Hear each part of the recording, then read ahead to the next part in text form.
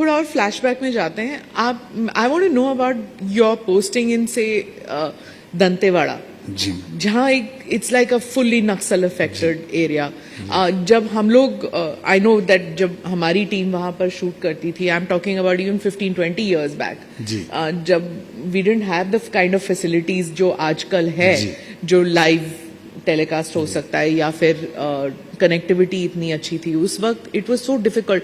And जब भी मेरा कैमरामैन वहां जाता था इन बस्तर एरिया में, Dantewada, I used to just pray कि वो सेफली वापस आए. और वो टेप, पहले टेप होता था, टेप के थ्रू आ जाए. आज भी when my cameraman goes to these areas and I see the visuals, I just hope कि सेफली वापस आए.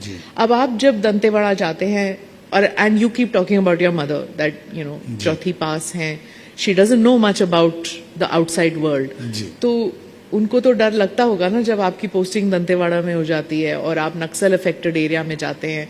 What was your mindset out there? थोड़ा तो सिक्योरिटी कंसर्न लगता ही है, और बट मैं आपको शेयर करना चाहूँगा, आपके माध्यम से सबको शेयर करना चाहूँगा कि उस समय chief minister doctor Raman Singh ji हुआ करते थे और मैं रायपुर म्युनिसिपल कमिश्नर हुआ करता था, और मेरी पहले कलेक्टर के रूप में पहली पोस्टिंग होनी थी, पहला डिस्ट्रिक्ट पोस्टिंग होना था. तो उन्होंने एक दिन मुझे चर्चा में कहा कि 1-to-1 कि भाई तुमको कलेक्टर अब बनाने वाले हैं तो कहाँ का बनना चाहते हो. तो दैट वाज माय रिक्वेस्ट कि मुझे दंतेवाड़ा का बना दीजिएगा. You wanted it? जी जी, डॉक्टर रमन सिंह जी ने कई पब्लिक फोरम में भी ये बात बाद में रखी.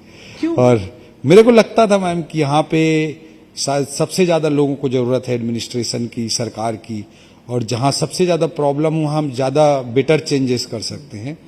तो उस माइंडसेट के साथ मैं दंतेवाड़ा रिक्वेस्ट करके गया था. और आज भी मैं फील करता हूँ मेरे पूरे educational life, administrative life, political life, सबको भी मैं मिला दूं आज तक की मेरी एज को, तो जो लगभग 2 साल से ज्यादा समय मैंने वहां बिताया वो मेरे लाइफ का सबसे गोल्डन पीरियड था, और मैं सबसे ज्यादा सेटिस्फाइड रहा उस समय. गोल्डन पीरियड क्यों कहते हैं? आपने क्या किया और क्या एक्सपेक्ट कर रहे थे जब आप वहां गए, और रेजिस्टेंस क्या था? क्योंकि लोकल्स भी रेजिस्टेंस होता है जब कोई पुलिस अफसर आता है या एडमिन ऑफिसर आता है, तो there is a resistance to them, at least in these areas. जी, क्या था आपका गोल क्या था और आपको कितना वक्त लगा वो अचीव करने में? हाँ, एक्चुअली जब मैं वहां पर गया तो क्लीन माइंडसेट से गया था, क्लीन स्लेट वाली माइंडसेट से गया था, और मैं वहां पे चीजों को लोकली समझने की कोशिश करता था कि लोकल क्या इश्यूज हैं, क्या प्रॉब्लम्स हैं, और उसका लोकल सोल्यूशन क्या हो सकता है. क्योंकि ये डिफिकल्ट एरिया है, डिफरेंट एरिया है, तो one jacket fit to all वाले अप्रोच से हम वहां पे चीजों को नहीं देख सकते, क्योंकि चैलेंजेस बड़े हैं, डिफरेंट हैं. तो मैंने जो भी चीज था उसको वहां पे प्रॉपर समझने की कोशिश की, और मैंने सबसे पहले इंसर्जेंसी के रूट कॉज को समझने की कोशिश की. तो रूट कॉज पे जब हम इंसर्जेंसी की बात करते हैं तो हम जम्मू कश्मीर में बात करते हैं तो कंट्री से एक अलग होने का कहीं ना कहीं कुछ लोगों ने भाव भड़काया है.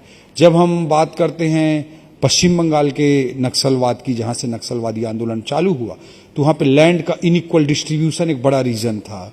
या बिहार के जब कॉन्टेक्स्ट में हम इंसर्जेंसी की बात करते हैं तो वहां पे कास्ट बेस्ड एक्सप्लॉयटेशन भी एक बड़ा रीजन था, उसका एक ग्राउंड था. पर मैं बस्तर में देखता था कि ना वहां पे कोई कास्ट बेस्ड डिस्क्रिमिनेशन है हमारे ट्राइबल भाइयों के बीच में, ना कोई लैंड का इनइक्वल डिस्ट्रीब्यूशन है. आपको आधा कपड़ा हुआ पहना हुआ भी हमारा ट्राइबल भाई के पास हो सकता है, 100 एकड़ से ज्यादा जमीन है बस्तर में. तो ना वहां पे जमीन का कोई इनइक्वल डिस्ट्रीब्यूशन था, ना कास्ट बेस्ड एक्सप्लॉयटेशन था, ना कंट्री से अलग होने का कोई भाव था. तो मैंने वहां पे इंसर्जेंसी का जो रीजन का रूट कॉज वहां पे जाकर समझा. वो मुझे हमेशा लगता है कि वहां पे एजुकेशन का अभाव, एक्सपोजर का अभाव, और उसके कारण आउटर वर्ल्ड से जो डिस्टेंस था, उसके कारण कुछ लोगों ने ब्रेन वॉश करके वहां पे इंसर्जेंसी क्रिएट किया था. तो इसलिए मेरा पूरा फोकस रहा अपने टेन्योर में कि मैं एजुकेशन पे काम करूं, लोगों को एक्सपोजर पे काम करूं. जब लोग एजुकेटेड हो जाएंगे, इनको प्रॉपर एक्सपोजर हो जाएगा, तो लोगों का इंपावरमेंट होगा और लोग इंपावर्ड होकर अपना डिसीजन खुद ले पाएंगे. मैं वहां पे फील करता था एज ए कलेक्टर, एक यंग ऑफिसर के रूप में, कि कभी दिल्ली का कोई आदमी बस्तर का ठेकेदार बन के बात कर रहा है आइडियोलॉजिकली, कि कभी रायपुर का कोई आदमी अपनी आइडियोलॉजी को वहां पे थोप रहा है. मैंने हमेशा फील किया कि एजुकेशन के थ्रू इनका इंपावरमेंट हो, लोकल इंपावरमेंट हो, और वो अपना डिसीजन खुद ले सकें. अब कोई बाहर का आदमी को उनके बारे में सोचने की जरूरत नहीं। That was my aim. और जब मैं एजुकेशन पे काम कर रहा था उस समय बहुत सारे काम किए एजुकेशन पे, बहुत सारे एक्सपेरिमेंट्स भी किए। गवर्नमेंट ऑफ इंडिया ने उस समय, यूपीए की गवर्नमेंट थी उस समय, मुझे एजुकेशनल एम्पावरमेंट के लिए प्राइम मिनिस्टर एक्सीलेंसी अवार्ड भी मिला था बहुत यंग एज में। तो बहुत सारे फोरम में मेरे को बोला जाता था कि एजुकेशन आप एक नक्सलिज्म से लड़ने के लिए एक टूल की तरह इस्तेमाल कर रहे हो। मैंने हमेशा जवाब दिया कि एजुकेशन प्राप्त करना हर इंडिविजुअल का, बस्तर और दंतेवाड़ा के भी इंडिविजुअल का फंडामेंटल राइट है, और उनको एजुकेशन प्रोवाइड करना किसी भी सिस्टम, सरकार, एडमिनिस्ट्रेशन, कलेक्टर की फंडामेंटल ड्यूटी है। इसलिए उनको एजुकेट होने देना करना है हमको, और उनका जब एम्पावरमेंट होगा तो अपना डिसीजन खुद लें, रादर देन कोई और बस्तर का ठेकेदार बने। एजुकेशन की जब आप बात करते हैं तो एजुकेशन तो कई दशकों से लोग ट्राई कर रहे थे जी। Every administration used to try that out there कि एजुकेशन, पर जो नक्सल हैं वो स्कूल्स उड़ा दिया करते थे, आईईडी लगा देते थे तो टीचर्स नहीं पहुंच सकते थे वहां पर, टीचर्स जाना भी नहीं चाहते थे, एंड देन अपनी फैमिलीज को लेकर एडमिनिस्ट्रेटर्स जा नहीं सकते थे उस इलाके में, पुलिस नहीं जा सकती थी, नो गो एरियाज बन जाते थे। लेकिन एक तो ये दिक्कत, education everybody wanted but couldn't do, एक ये बात। दूसरा, आपने ब्रेन वॉशिंग की बात की, कौन लोग थे और ऐसा क्यों था कि नक्सलिज्म का जो आइडियोलॉजी है वो it was so attractive for these areas? हाँ, एक्चुअली मुझे लगता है कि पहली चीज तो वेलफेयर स्टेट का जो हमारा कॉन्सेप्ट है कि भाई स्टेट जो है वो गरीबों के, समाज के आखिरी छोर पर खड़े लोगों के लिए काम करता है, उनके लिए चावल पहुंचाता है, पीडीएस सिस्टम लाता है, एजुकेशन लाता है, हेल्थ लाता है।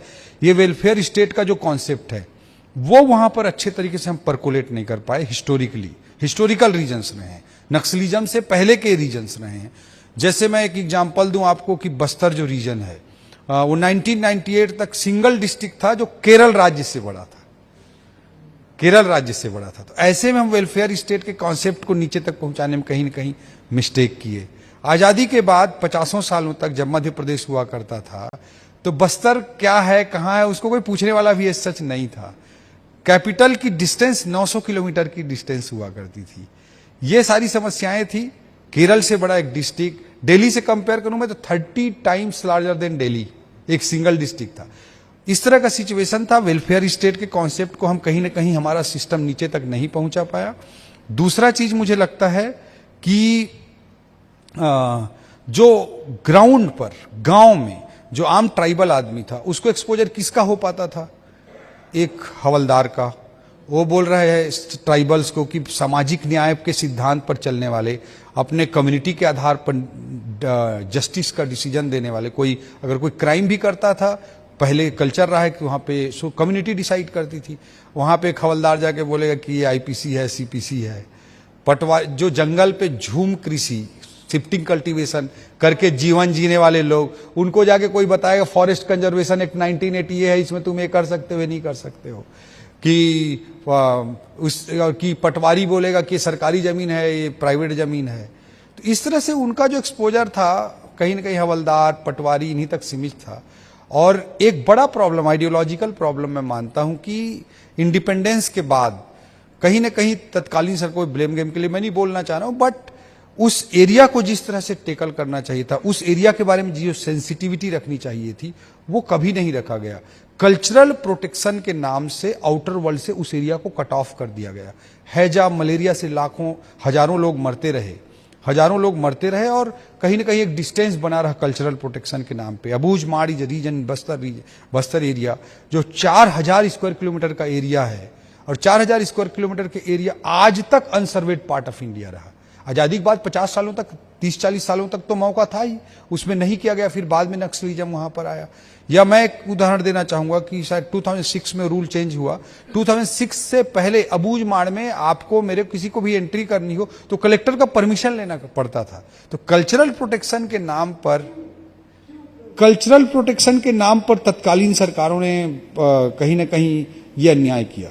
ये यूनिक है सिर्फ छत्तीसगढ़ के लिए, या नॉर्थ ईस्ट में भी कुछ ऐसे इलाके हैं जहां पर परमिशन चाहिए होता है जाने के लिए? ऐसे एंट्री के लिए परमिशन मैंने तो नहीं सुना है। I don't know exactly about north east region, but ऐसा तो सुना नहीं स्मिता मैम की एंट्री के लिए मतलब कलेक्टर का परमिशन हो लगे टाइप का।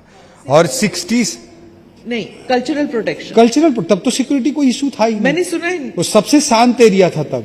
अंडमान वगैरह में, हाँ मैं समझ सकती हूँ कि ऐसी चीजें हैं कि अंडमान निकोबार आइलैंड्स में है, लेकिन आई डेंट नो कि जनजातियों की जो लाइफस्टाइल है उससे they will get affected negatively अगर हम उधर जाएं तो। नहीं, मेरा ये कहना है कि भाई किसका डेवलपमेंट नहीं होता। आप आउटर वर्ल्ड से आपको मेरे को कार्ड दें कि भाई आप अपने तक सीमित रहो, तो कल्चर की रूट को मजबूत करना उतना ही जरूरी है। उसके लिए हमको अलग काम करना चाहिए, but at the same time हमको आउटर वर्ल्ड में क्या हो रहा है उसका भी एक्सपोजर कहीं ना कहीं देना चाहिए। उनकी सांस्कृतिक जड़ें मजबूत हो और भविष्य के विकास के लिए भी अपने रास्ते चुन सकें। 1960s में सड़कों का निर्माण नहीं होने दिया गया वहां पर बस्तर में, 60s के डिकेड में। और उस वक्त कोई नक्सलिज्म नहीं था।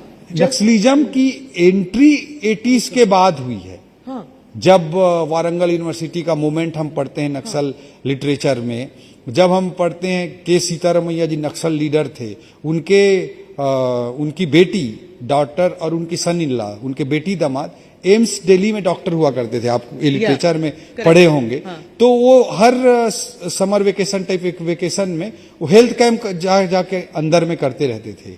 एक बार डिनर के, मैंने कहीं सुना है, पढ़ा है कि एक डिनर के मेज पर डाइनिंग टेबल पे बैठकर के सीतारमैया जी डिस्कशन कर रहे थे कि माओइज्म के मूवमेंट को हमको अब ऐसे एरिया में लेके जाना है जहां सरकार हमको पहुंच ही ना सके, और वहां पे हमको ट्रेनिंग कैंप्स और अपना एक जोन बनाकर रखना है। तो उस डाइनिंग टेबल पर ये फर्टाइल ग्राउंड दंडकारण्य रीजन को बताया गया। बस्तर का जो माओइज्म है वो इंपोर्टेड टाइप ऑफ माओइज्म है, लोगों ने कभी अपने से उसको नहीं बुलाया। वो जो तेलंगाना आंध्र प्रदेश आज का जो है उधर जो मूवमेंट था उसको एक सेफ हेवन, सेफ जोन के रूप में इस रीजन में कहीं ना कहीं एक सेफ ग्राउंड के रूप में इस्तेमाल किया गया। और उस समय तक मैंने जैसे कहा कि भाई वेलफेयर स्टेट का कॉन्सेप्ट हम नीचे तक नहीं पहुंचा पाए थे, एजुकेशन एक्सपोजर नहीं था, आउटर वर्ल्ड के साथ एक्सपोजर नहीं था, मोबिलिटी नहीं थी। उसके कारण उस बीच में जाकर कुछ लोगों को ब्रेन वॉश किया गया और उसी का एक परिणाम आगे चलकर एक भयावह रूप में सामने आया।